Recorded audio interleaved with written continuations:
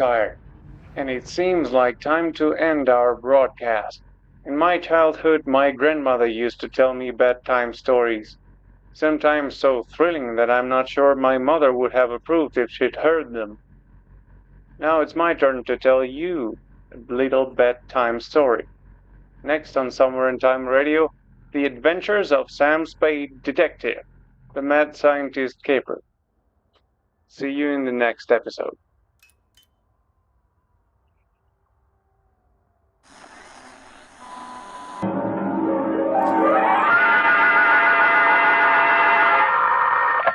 Sam Spade Detective Agency. This is Mad Scientific Detective number 137596. Sam, no matter what anyone says, I'll stand by you. You're nothing of the sort. Not scientific? Of course not. You're two-fisted. Well, thanks, Effie. And that ain't all, Effie. I was actually mistaken for a convolutional melancholiac. Oh, Sam, are you all right now? Wrong diagnosis, Angel. It turned out to be melancholia catatonica. Oh, you poor darling. What is that? Well, it's a thing where you lie motionless and silent with fixed eyes and indifference to surroundings. Unquote. Sam, what happened to you? What hospital are you in? Can I bring you anything? No, Effie, I am now at large. Pull down the blinds, check the corridors for men in little white coats, and set a bottle in the window if the coast is clear. Oh. I'll be right down to dictate my report on the Mad Scientist Caper.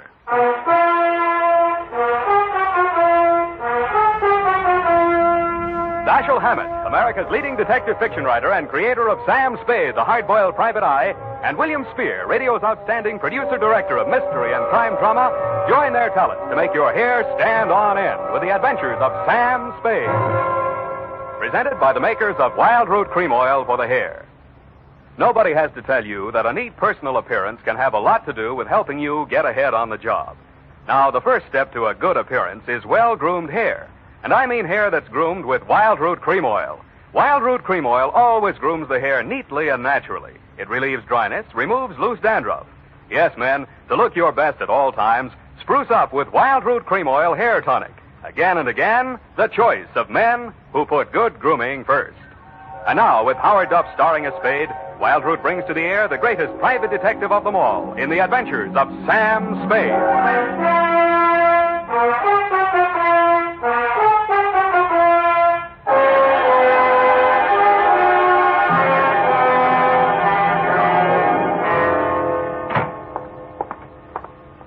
Effie!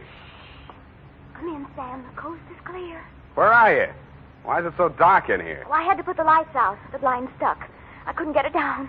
The heat's off, Effie. Let there be light. Oh, I'm so glad.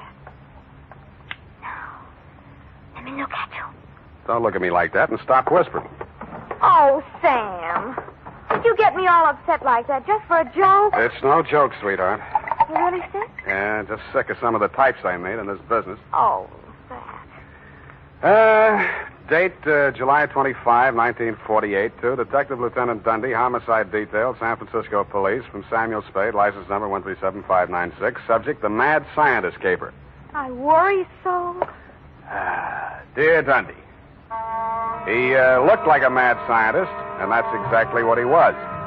His eyes had a wild gleam in them, his hair was a wild tangle, and he was wearing a wild assortment of clothing that looked as if they'd been slept in shifts. He leaned across the desk at me and said, "They have stolen my secret formula." They have? Gee, that's too bad. Oh, you think I'm crazy?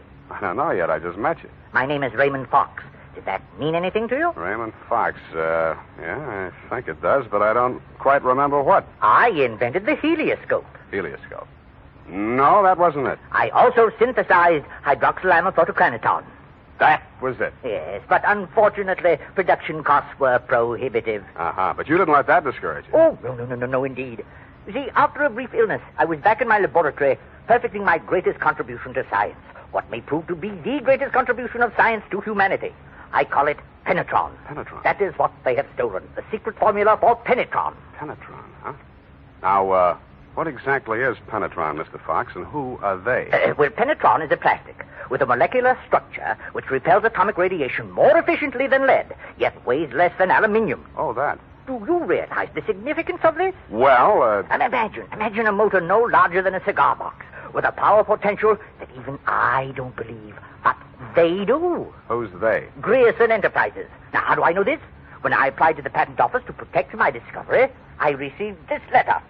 Here, go on, read it for yourself.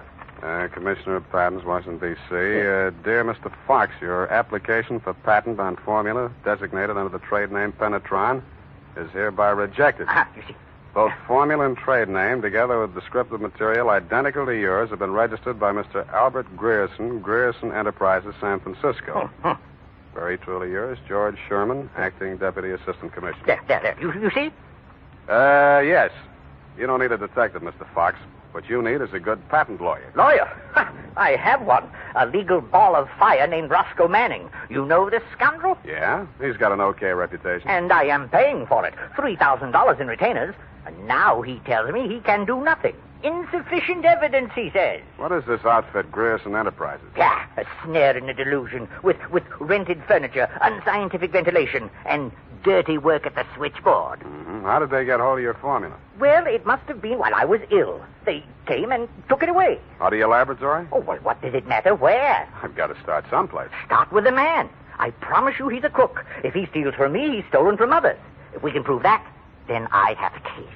Well, I can't promise you anything, Mr. Fox, but I'll see what I can do. Will $100 be enough for your retainer? Too much. 25 now, and the balance if I can do anything for you.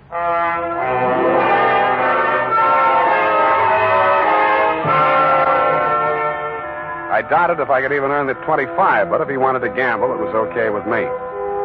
The offices of Grierson Enterprises were pretty much as he described them. A beautiful front, especially at the switchboard. Grierson Enterprises, good afternoon. No, Mr. Grierson's out of town. No, I don't know when to expect it. I'll be right with you. That's good news. Grierson Enterprises? No, he is not. No, I do not, and he doesn't want to talk to you in any case, Mr. Manning. Oh, if it would just stop. Can't you shut it off? I might as well. Nobody seems to believe me anyway.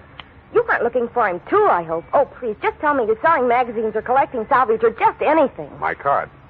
Oh, detective. Mr. Grierson hasn't done anything, has he? That's what I want to find out. My client says he swiped his secret formula. Oh, not that maniac. You don't look the type. You know he's mad, don't you? Maybe yes, maybe no. Personally, I'm crazy about money. Mad money, pin money, or dirty money. Your employer didn't happen to leave any lying around, did he? No, but he has a charge account at a bar downstairs in the building, and it's nearly 5 o'clock. Could you cross-examine me there? I thanked her as gallantly as I could under the circumstances. She said, wait here, I won't be a minute. And while she was gone, I made a quick frisk of the office.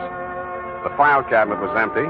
Grierson's desk contained nothing but 2 unsharpened pencils, tobacco crumbs, a rubber band, some rusty paper clips, an old gas bill, a glass ampule, broken, labeled sodium denadrine for intravenous injection, and a business card from one Roscoe Manning, attorney at law. I stuck the card in my pocket, went back to the switchboard, and in less time than it takes to tell, I was calling her Lois, and she was calling me Sam over cocktails for 2. And that's all I know about it. I didn't think anything about his taking his correspondence out of the files. He often took work home with him. Mm-hmm. When was the last time you saw him? Oh, it's been nearly 6 weeks. You haven't heard from him in all that time? He was with Mr. Fox just before he left. They had a terrible quarrel. But then Mr. Grierson managed to get him calmed down, and they left the office together. And that's the last time you saw Grierson, huh? Yes, and it's all very strange. What did that maniac tell you? That Grierson swiped his invention. Do you believe that? I didn't even believe in the invention. Now I'm beginning to think it was worth stealing. Oh, Mr. Grierson wouldn't. He's a brilliant man, you know. What else has he invented? Well, I don't know. He always had a lot of projects, but of course he never took me into his confidence. Just exactly what is your job? Oh, it's quite simple, really. I just tell people he isn't in. Yeah. Look, sweetheart, you really mean to tell me it never occurred to you that there might be something slightly fishy about Grierson Enterprises? I know. Why should it? Because there's a smell of red herring up there. It's in the air. You mean Mr. Grierson's a crook? Well, what does that make me? Worry that out on his time. Drink up.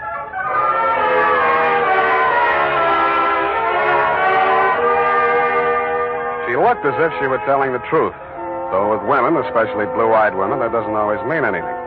If she had anything more to tell, she obviously wasn't ready yet to tell it. I asked her to come up and listen to my Herb Jeffries records. She said my apartment needed a woman's touch. I handed her a broom. She hit me on the head with it and left. And so to bed. Up the Times and phoned my client. He wasn't in. Then I phoned a guy I know who sometimes knows about things and asked him what sodium denadrine was. He said it was a sedative and/or a truth serum, a mental-type drug. I wondered what Grierson had been using it for during office hours. I also wondered what else he'd been spending money for. I phoned another guy who knows about other things, and he called me back with the name of Grierson's Bank, Golden Gate Trust. An hour later, to my surprise, I actually had something to go on. Because in the past 6 weeks, checks totaling $50,000 had been deposited at Grierson's account, all drawn on the Citrus Exchange Bank of San Anselmo, and all bearing the signature of one Carl Birdwell, M.D. He wasn't hard to find. It was a big place on the outskirts, and the sign on the gate said Mary F. Hotchkiss Hospital for the Mentally Deranged. Dr. Birdwell's cottage was one of 5 without bars on the window. He was spraying his roses. You're that cystodectomy of Dr. Kobler's. How are those convulsions? Coordination all right? Can't complain. Got the use of your fingers back? Good. Pick up those shears. I want all those ragged edges. Cut off the hedges. Well, why don't you hire a gardener, or did those checks to Grierson use up all your ready cash? Eh? Oh, I thought you were the cystodectomy. Good Lord, you're that convolutional melancholiac. You're not allowed out on the grounds. Guard! Guard! Now, wait a minute, Doctor. Matter. This one acting up? Take him back. I sent for the cystodectomy. This is the wrong man. You're crazy. Come on. Let go of me. I'm not a patient here. I'm a detective. Yeah, and I'm Sherlock Holmes. Come on, now back to the violent war. Come on, lay off. I got an office in San Francisco. I can prove it. 137596. Okay, Dr. Watson, but come on, come on.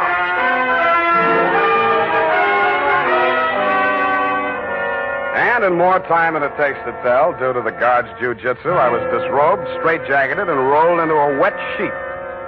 A full-fledged inmate of the Mary F. Hotchkiss Hospital for the Mentally Deranged, which is exactly where I belong for having taken Mr. Fox's $25.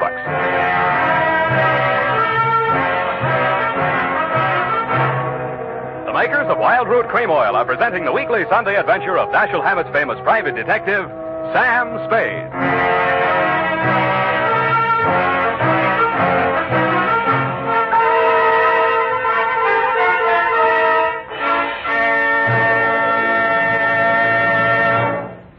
If you want the well-groomed look that helps you get ahead socially and on the job, listen.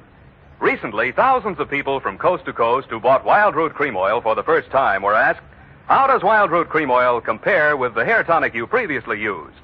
Better than 4 out of 5 who replied said they preferred Wild Root Cream Oil. And no wonder. Wild Root Cream Oil grooms the hair neatly and naturally, relieves annoying dryness, and removes loose dandruff. What's more, non-alcoholic Wild Root Cream Oil is the only leading hair tonic that contains soothing lanolin. So ask for Wild Root Cream Oil Hair Tonic. Again and again, the choice of men who put good grooming first. By the way, smart girls use Wild Root Cream Oil, too. And mothers say it's grand for training children's hair.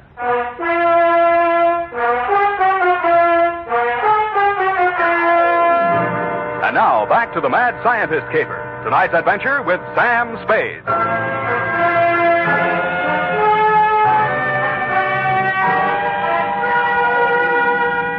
I have been shot, stabbed, slashed, pistol whipped, and sapped into unconsciousness. But until you have spent a night rolled up in a wet sheet, Dundee, you don't know what punishment is. You feel hot and cold at the same time, too miserable to sleep, too exhausted to stay awake. And after 4 hours of it, you just give up and join the crazies pushing up the daisies. There's only one thing I can say in favor of the Mary F. Hotchkiss Hospital for the Mentally Deranged. They get the patients up early. By 6:30 in the a.m., I had been rolled out of the sheet. By 6:45, I had thawed out enough to be taken out of the straitjacket by an orderly. I was glad to be out of it because it was very heavy, and that gave me an idea. I picked it up and swung it. In less time than it takes to tell, I was in the orderly's uniform, out of the violent wing, and shuffling up the walk through Dr. Birdwell's rose garden and through his cottage door. Good morning, Dr. Birdwell. Good Lord, who let you in here? What do you want? I was trying to tell you yesterday when I was so rudely interrupted. Eh? Oh, yes, the detective. Did you say Grierson sent you? I didn't say that. I'm afraid you'll have to be absolutely specific or I can't help you. All right. My client is an inventor who claims that Mr. Grierson stole a formula from him, got a patent on it, and stands to profit to the tune of about $1 million. The last 2 items check. I don't know whether Grierson's a crook or not. He's into you for $50,000, so you might know. This inventor. Pale eyes, contracted pupils, big mop of hair. That's a fair description. Fox. Raymond Fox. He's a patient. Escaped from this hospital. That man, Mr. Spade, is a homicidal maniac. If you'll jog your memory, you may recall the case. Sacramento, 1935. Wait a minute.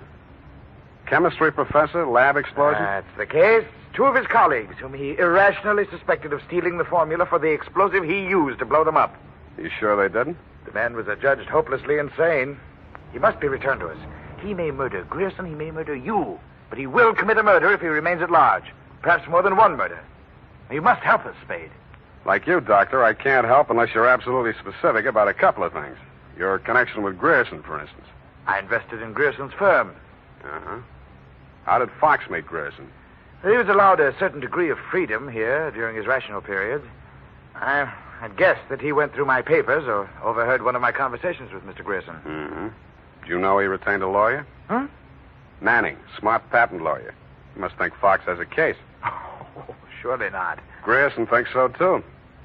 You've talked to Grierson? No, but I've examined his bank statements. The bank allowed that? I told him I was Grierson's attorney. The point is, Grierson is broke. Why? Because he's paid out every penny you gave him to the order of Roscoe Manning, attorney at law. And you know what I think, Doctor? Yes? I think Raymond Fox is crazy like a fox. And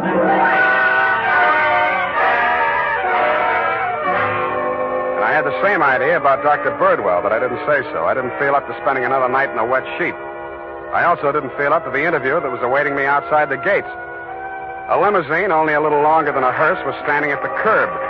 A round pink head with a gray Homburg on it bobbed out at me from the driver's seat and said, Mr. Spade? Yeah? Roscoe Manning. How'd you do? About $49,975 less than you've done in the caper so far. The law is a lucrative profession, my boy. Get in. I'll drive you back to town. No charge? Yeah, I'll even give you some free advice, sans retainer. Well, sir, you were an elusive chap. I've had the devil's own time catching up with you. How did you? I won't ask why. I am not without resources. Now, as to our mutual client, Mr. Fox, obviously you've learned a good deal about him. Dr. Birdwell says he's cuckoo, and it's only a toss-up which one of us he's going to blow up first. Well, just about what you'd expect from a medical man. If you'd listened to as much conflicting medical testimony in court as I have, you'd take them all with a grain of salt. Or should I say soda mint? Or sodium denadrine? That's a mysterious remark. I was just trying it on for size. It didn't fit. Mm-hmm. Well, sir, here is my proposition. As to Fox's sanity, it's of no importance. He has money, and I think he has a case. We can always get a doctor to say he's back in his right mind. Where do I fit into your scheme? You just keep looking for Grierson. And watch that secretary of his. I don't trust her. Anything else? Oh, I almost forgot. Here's $500, and here's your ticket to Chicago.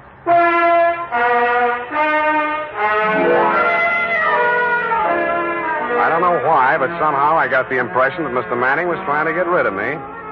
He should have used that ticket to Chicago himself. We stopped at Sausalito for breakfast, and the condemned man ate a hearty meal. We drove the last mile through the Marina District and pulled up in front of his house. Well, sir, have a nice trip. Or take the car, Mr. Spade. I'll pick it up at the depot. Goodbye. It's been charming. Goodbye. He backed across the sidewalk, waving, and I waved back. Then he went up 3 steps, put a key in his door, and opened it. It didn't do much damage to the house, but all the king's horses and all the king's men couldn't put Roscoe Manning back together again. I got out of the car and just made it up the steps when it happened again. I hated the look, but I did.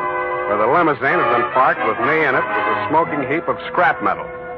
I then headed for the nearest phone booth and, pausing only to inspect it for mines and booby traps, dialed the number of Grierson Enterprises.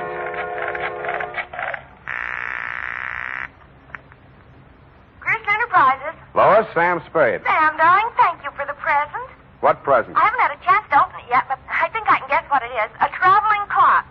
You mean a package arrived and it ticks? Oh, darling, don't be such a tease. Now, Lois, listen. Oh, all right, I'll open it now. Throw it out the window. No, don't do that. Pedestrians, innocent bystanders. Have you got a metal wastebasket there? I think so, yes. Well, fill it up with water and throw the package into it. And ruin my lovely clock? It is not a lovely clock. It's a lovely booby trap. Oh, go on. I'm serious. Manning just got one of them, and what's left of him is on the way to the morgue. Oh, I think I'm going to faint. Lois! Lois! Wake up! Pour some water on yourself. Hello, hello!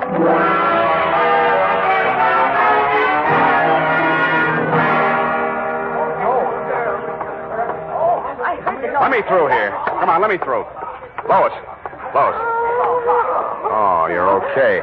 Glad of that. All right, she's all right now, you people. Come on, get out of here. She's all right.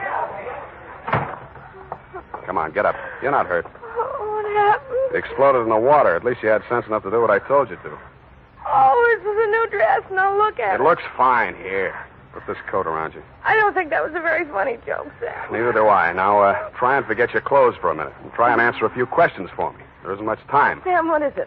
I want you to be very sure of this, Lois. Try and remember accurately. How many people has Grierson seen since he opened this office? Well, not very many. It was hardly ever in. It's strange. Now that I think of it, I can only remember two. Mr. Manning and that mad scientist man, Mr. Fox. Yeah, did you hear any of the conversation between Grierson and Fox? He just screamed at Mr. Grierson about how his invention had been stolen from him.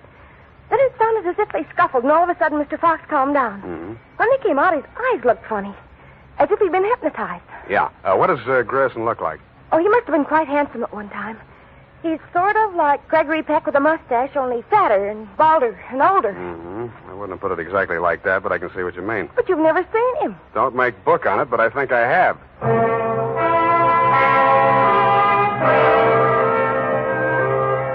I made 3 phone calls. One to a crime reporter I don't like very well, giving him a false story on the death of Lois, Grierson's secretary. Another to my client, the mad scientist, alias Raymond Fox. And one to Dr. Birdwell. Then I went to my apartment and waited. My client arrived 5 minutes before the doctor. When Birdwell came in, my client said, Aha! That's he. He stole my secret formula. Oh, now, Raymond, you're getting confused again. Oh. I'm the doctor, don't you remember? That's not true. Your name is Grierson. Oh, he's much worse. He's identification. Now, you must try to remember, Raymond. Nobody's going to hurt you. But you'll be much sicker if you don't remember. But I do remember. I remember everything. Do you remember setting the bombs at Manning's house and the one you sent to Mr. Grierson's office? No. Grierson isn't dead. You're Grierson. No, Grierson isn't dead. Only that poor girl. No. She didn't steal my formula. It was you. Oh, you're trying to mix me up. I'm trying to help you. Now, roll up your sleeve. I'll give you something to quiet your nerves, and we'll go back to the hospital. Put it away, Doctor. You've helped him enough. Huh? Now, look here. This man is my patient. He needs medical attention. I won't argue with you, but I think he'd better get it from some other doctor. Right now, he's making more sense than you are. Just keep on the way you're going, Spade, and I'll have you back in that wet sheet. I did it once, and I can do it again. Sit down. You got delusions of grandeur. Stop shaking, Raymond. I said you're making more sense than he is, and I can prove it. You think you're very astute, don't you? No, I'm stupid, but I'm lucky. I should have tumbled to the whole caper when I found that you'd invested 50,000 smackers in Grierson Enterprises. When I found out that Raymond was an escaped patient, I should have tumbled to what that Denadrine vial was doing in Grierson's desk. I should have known then that you and Grierson were one and the same person. I told you. When I discovered that you'd paid Manning all that shakedown money, I should have known you were planning to knock him off and everybody else who could identify you. But it didn't work out that way. I got out of the car before it blew up. Dumb luck. And you can identify me as Grierson? I don't have to. Come. Surely you're not counting on Raymond's sanity to that extent. He can't even remember that I was his doctor. Can you, Raymond? You're trying to mix me up. You stole my formula. I didn't kill them, did I, Mr. Spade? Now, lie down on the couch and relax, Raymond. Don't worry about a thing. Well, Doctor, what now? You relax, too. Okay, Lois, come on in. What? Lois! Why, Mr. Grierson, have you been sick? How dare you? How dare you ruin all my plans like this? You stupid girl! Okay, that's enough. Come on, get back there. Get back. Sorry, sweetheart. I didn't mean to let him get that close to you. What were you trying to do? It was an experiment, just to see what would happen. It did. So that's the way you scientific detectives work. For a hard-boiled chap, you have the vaguest way of doing things I ever heard of. Well, plans are all right sometimes, Doctor, and sometimes just stirring things up is all right if you're tough enough to survive and keep your eyes open so you see what you want when it comes to the top. Something. Spade, Dundee. I'm at home. I've got two homicidal characters here, one sane and one insane. Now, if you can tell the difference, I'll let you give the story to the papers.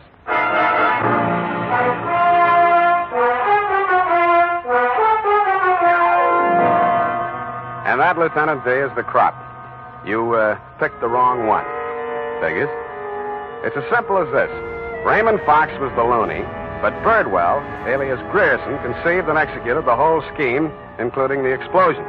Don't worry about Fox. He's now back at the hospital working on a new secret formula. I don't know what it is, but it might be an anti-truth serum, because that's how Birdwell got the penetron formula, by using truth serum on the mad scientist to make him talk. Anyway you figure it, he's crazy like a fox. His enemies are all dead or on their way, and he's as snug as a rug in a bug house. Period. End of Looney Tune. Well, of all... Well, just imagine. Well, it takes all sorts to make a world, I guess. Well, I guess you never spoke a truer word, Effie, but don't forget a stitch in time saves 9. Don't feel too badly about it, Sam. Better late than never. You took the words right out of the horse's mouth, but it's later than you think, Angel. Type that up, Angel, and while you're at it, see if you can think up a way to teach an old dog new tricks.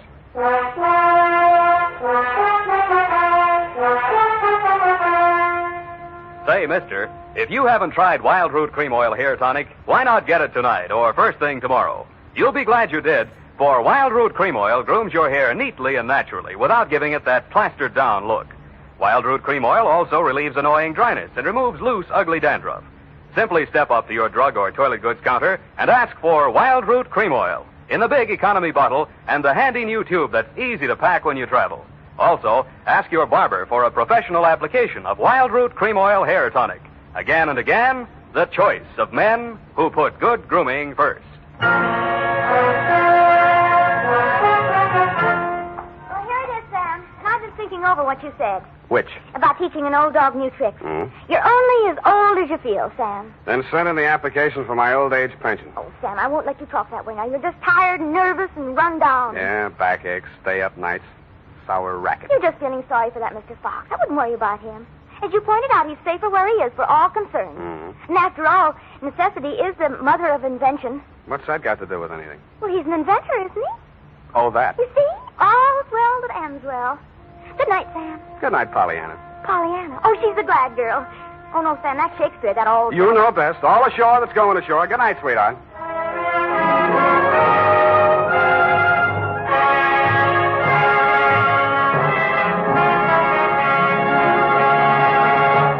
The Adventures of Sam Spade, Dashiell Hammett's famous private detective, are produced and directed by William Spear. Sam Spade is played by Howard Duff. Lorene Tuttle is Effie. The Adventures of Sam Spade are written for radio by Bob Tallman and Gil Dowd, with musical direction by Lud Gluskin. Gil Dowd directed tonight's broadcast in William Spear's absence. Join us again next Sunday for another adventure with Sam Spade. Brought to you by Wild Root Cream Oil, again and again, the choice of men who put good grooming first. This is Dick Joy reminding you to get Wild Root Cream Oil, Charlie. It keeps your hair in trim. You see, it's non-alcoholic, Charlie. It's made with soothing lanolin. You better get Wild Root Cream Oil, Charlie. Start using it today. You'll find that you will have a tough time, Charlie, keeping all the gals away. Hiya, Baldy. Get Wild Root right away.